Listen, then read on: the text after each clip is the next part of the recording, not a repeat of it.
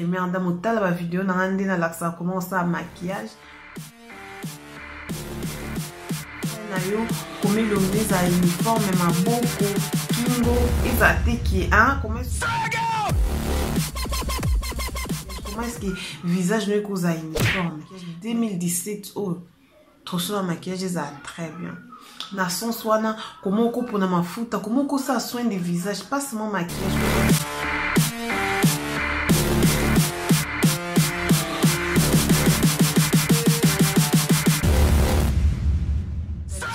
soit maquillage na lobé là on sous parce que ça ne va pas. Voilà bien on est directement la première dame look vidéo oyo na ko betaka c'était sur trousseau ya maquillage et loko bozomo na trousseau ya maquillage maman sur la minute on a se poser vidéo au kotanda ko bimisa trousseau no ya maquillage et ça na sens ne et na ba crayon kala depuis utakin ba mascara ya kalo bima kutu sute buka na etondi na kati tout ça maquillage no nene tout ça maquillage no kilo soko tchona sac a me po bima lipekane te buka na kilo papa linga soko simbelo sac a mettre sur bobimi au monde na vidéo na sala te côté na la maman comment est-ce que vous ça tout ça maquillage mais c'est honteux. Et ça sert sous arrive sans ya bongi sanga ok problème tena maquillage otali trousseau maquillage nae mais au ça la WC hein au ça penza AVC parce que ba crayon kala ba taille crayon alongola ataya so azong saka ba salité wana na kati et kanga ba salité babilo tu te dis oh my god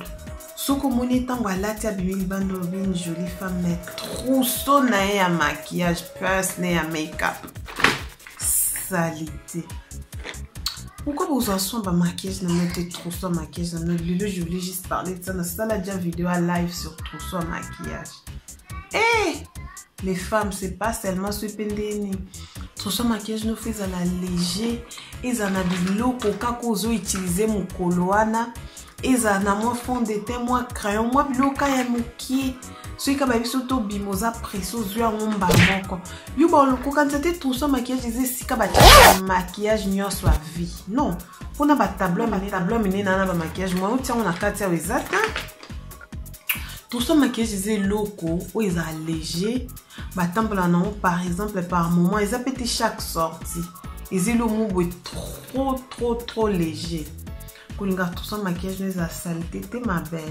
yo première dame otala ba vidéo na ngande na laksa comment ça maquillage comment on soin na yo comment le mise à uniforme maboko kingo ezate qui hein comment suko se respecter na son soin comment on coupe na mafuta comment on ça soin des visages pas seulement maquillage comment est-ce que visage ne cause à uniforme mais sur Nathalie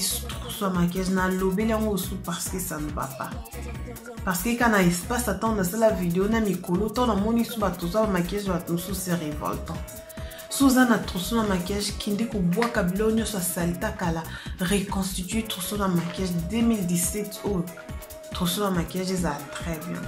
moi Maëlle balobi ayo kaka hein, c'était vraiment la vôtre hein. Adrienne première dame juste na souci wanaka et la femme congolaise na mambo etali soin de visage beauté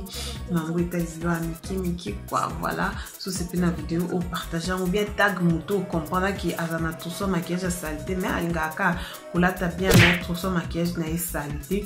tag moto ana ndenga système et ça va bien.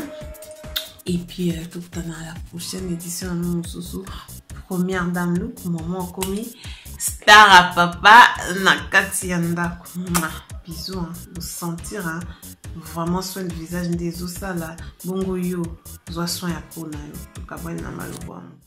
Voilà, j'espère que la vidéo est plaire binonions tout bazandi à première dame look. Et puis j'avais une vidéo passée sur YouTube, il y a photo au bomoni, couverture nango au côté to lobela qui c'est important si ya mambo belé na ndenga oza mwasi soki oza nouvelle abonné moni onante luka monango mais cette fois-ci to beta qui c'était mingi sur vraiment trousseau ya maquillage sans doute bino mo boyebi a to lobelaka make-up maquillage suki soin de visage et tout ça comment pour na banini ya bien juste pour na elongi nao ezala sembe neti bo moninga voye toujours victoire avec awa na kati ya première dame look ndeka ngana mnoto ba maman comme star papa ba mamba miki boye sala bien surtout tozoko taper na ba festivité ya Pâques na souhaiter que ba pers na minu ezala penza salité yo star hein yo star à papa luka vraiment zala vraiment na page hein?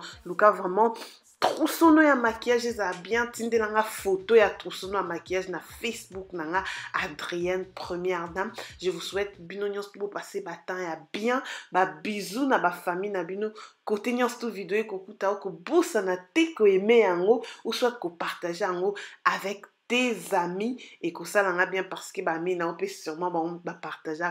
avant yo oya koyebanga donc voilà, bientôt vous aurez des nouvelles vidéos. Bah, ma solo a bien assis.